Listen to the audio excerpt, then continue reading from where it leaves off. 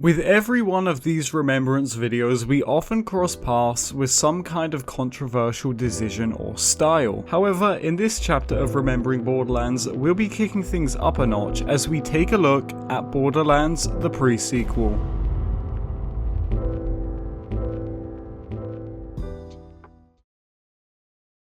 So, Borderlands The Pre-Sequel released on the 14th of October 2014 to a mixed response from fans and critics alike. Unlike the previous two installments, for this one, Gearbox got 2K Australia on board to help develop the pre-sequel in order to bridge the gap and make the Borderlands franchise even larger. And speaking of bridging the gap, let's do a quick story recap. So as the name suggests, pre-sequel takes place in between Borderlands 1 and 2, with the origin story of Handsome Jack unfolding in a brutal demonstration of one man's fall from grace. Jack is trying to stop Zarpedon, who wants to blow up the moon, and once Zarpedon is defeated, Jack decides he wants to open the vault. Along the way, however, Jack is betrayed by Moxie, Lilith and Roland after they realize just how unhinged he really is, setting up his hatred for them in Borderlands 2. Eventually, Jack and the Vault Hunter reach the vault and open it, defeating the Sentinel and seating Jack in front of the vault symbol itself. Jack then sees the future, including himself awakening the warrior, until out of nowhere Lilith Kill Bill style punches the symbol directly into Jack's face, scarring him permanently. The game ends in a post-credit scene where Jack chokes Tacita to death and names himself as the new Hyperion CEO, now rocking a brand new handsome face. Oh, and while we're on the subject of recapping, the game also introduced 6 new Vault Hunters, 2 of them being DLC. The first 4 consist of Athena, the Aspis-wielding canonical character choice of the game, Claptrap the Frag Trap, who has Vault Hunter EXE, a skill which allows him to channel the skills of other Vault Hunters, Nisha the Lawbringer, who can dual-wield pistols and also gain aimbot with her action skill, and Wilhelm the Enforcer, who has Wolf and Saint, 2 drones which can heal and kill for him. As for DLC Vault Hunters, the first is Aurelia the Baroness, who is the sister of Sir Hammerlock and also has crazy cryo abilities. And Timothy Lawrence, aka the doppelganger of Handsome Jack, who has access to a digiclone and wrist lasers. Say what you will about pre-sequel not living up to the hype or success of the previous game, but there is no denying that pre-sequel had one of, if not the coolest lineup of Vault Hunters to date. Having a game set in space was such a great and innovative idea, which in my opinion only helped pre-sequel in the long run, as unlike most of its features, this is one which set itself apart from the crowd. Not only did the moon setting bring low gravity, but also some other new mechanics too, such as the Ozkit Equipable, which would allow you to double jump and ground slam at the cost of oxygen. When your oxygen depleted fully, you would need to get into an oxygen vein or pick up a canister to refill it, or else you would lose all Oz abilities and begin slowly losing health. And again, say what you want about this game, but man, that is just such a cool and unique feature. Oh, and yeah, speaking of new features, the pre-sequel took after Borderlands 2 by introducing a new weapon type, element, and rarity. The weapon type added is laser weapons, and these are, well, laser weapons, it's in the name, and luckily they aren't just added in and then thrown onto the back burner. There are some seriously great laser weapons in the pre-sequel that all feel very powerful, and that is a great thing. And also, as the element this game introduced, it was cryo this time around, which would replace the slag element. Cryo allows you to freeze enemies, and whilst frozen they'll take more damage and be unable to move, so in a way it's kind of like a slag 2.0, but man, I just love cryo way more. And finally, for the new rarity, this is in my opinion the coolest and just the best rarity to ever hit the series, and that is glitch rarity. So in the Claptastic Voyage DLC, in which you go into Claptrap's mind, you'll have access to something called glitch weapons. On the item card you will see 4 letters being an O, an L, an M and an A. The O represents overload, turning your gun into a slow firing railgun. M stands for multi-shot, basically turning your weapon into a shotgun. A stands for amplify, giving your weapon amp damage, of course, at the cost of your shield capacity. And finally, the coolest one, L, stands for loop, giving your weapon an extremely high chance to not consume any ammo, basically turning it into a Gatling gun. And on your item card you can get any 4 of these effects, with anywhere from 1 to 5 rating, 5 being the highest. And I mean seriously, seriously, that is just so damn in-depth for a Borderlands game, and I love it, and that in my opinion is just why this is the best rarity to ever be added. Oh, and yeah, while we're on the subject of new things that PreSequel added, let's talk about the Grinder. So the Grinder was a new addition added into PreSequel in which you would have to go and fetch some parts for Janie to repair a machine in Concordia, and once it's repaired you can then go and use the Grinder. Basically the main principle for the Grinder is to put in 3 items, and then the Grinder will use those 3 items to generate an almost random item entirely for you. However, what makes the Grinder so cool is that depending on the recipe you feed it and whether or not you want to use moonstones, this game's iridium currency, you can actually predict what you'll be able to get. For instance, if you want a new legendary, you can drop the legendary you already have into the Grinder with 2 purples and have a chance at a legendary or a purple. But what makes this even better is that you can almost fix the type of weapon it will be. For example, if I want whichever weapon it spits out to be a pistol, then I would add only pistols into the Grinder to increase my chances. And even though that does sound very nice, and the Grinder was a very innovative idea for the series, you might be shocked to find out that at release, fans hated the Grinder. And the reason why?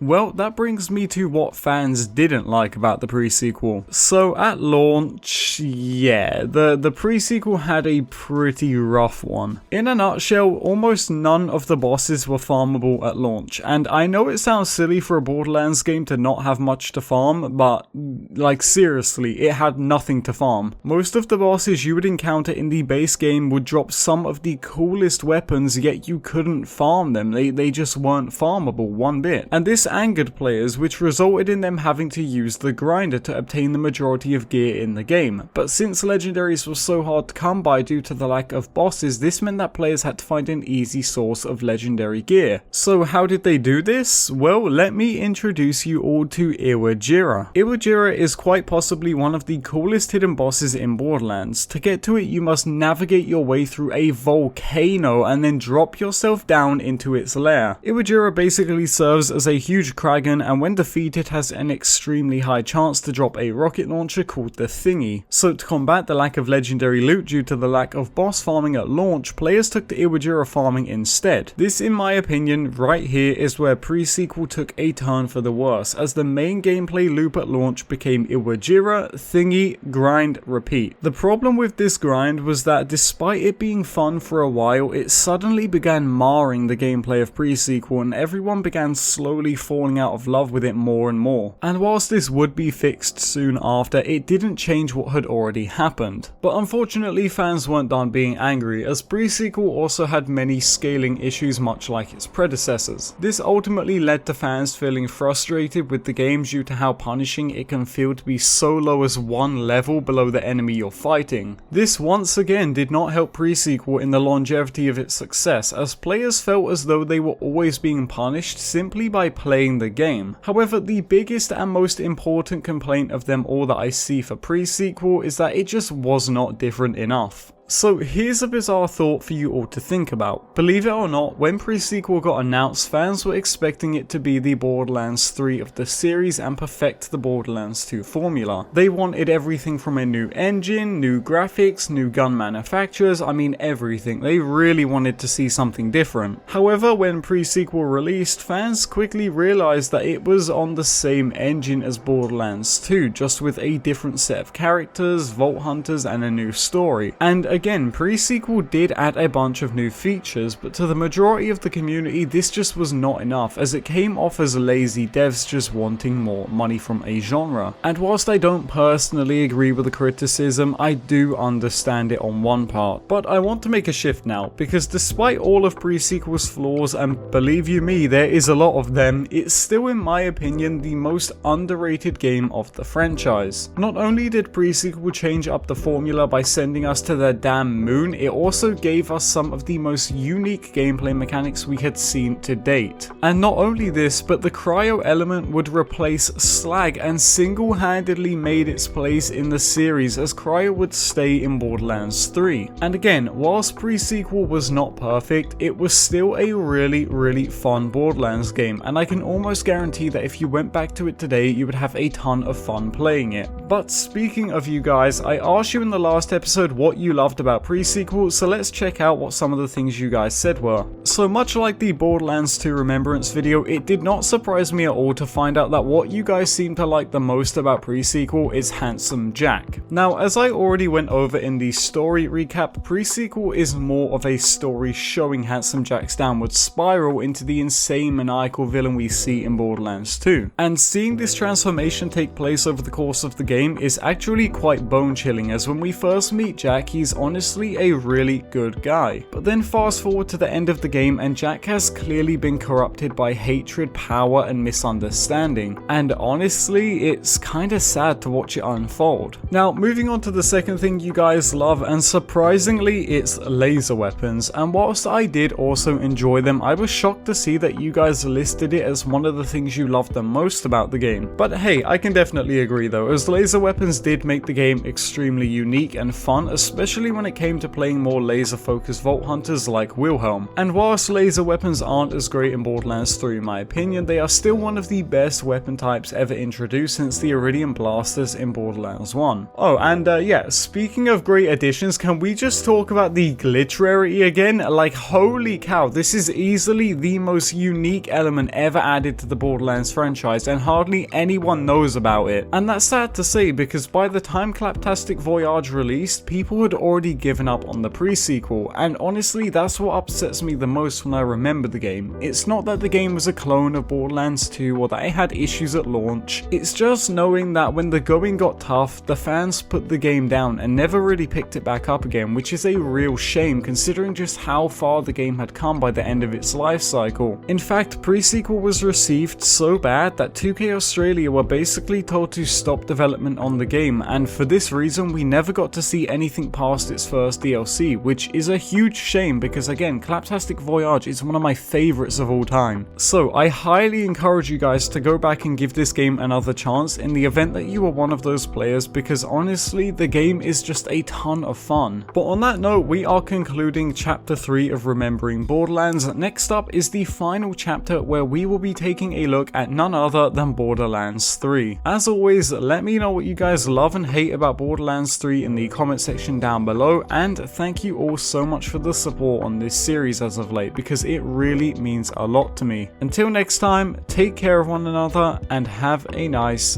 day.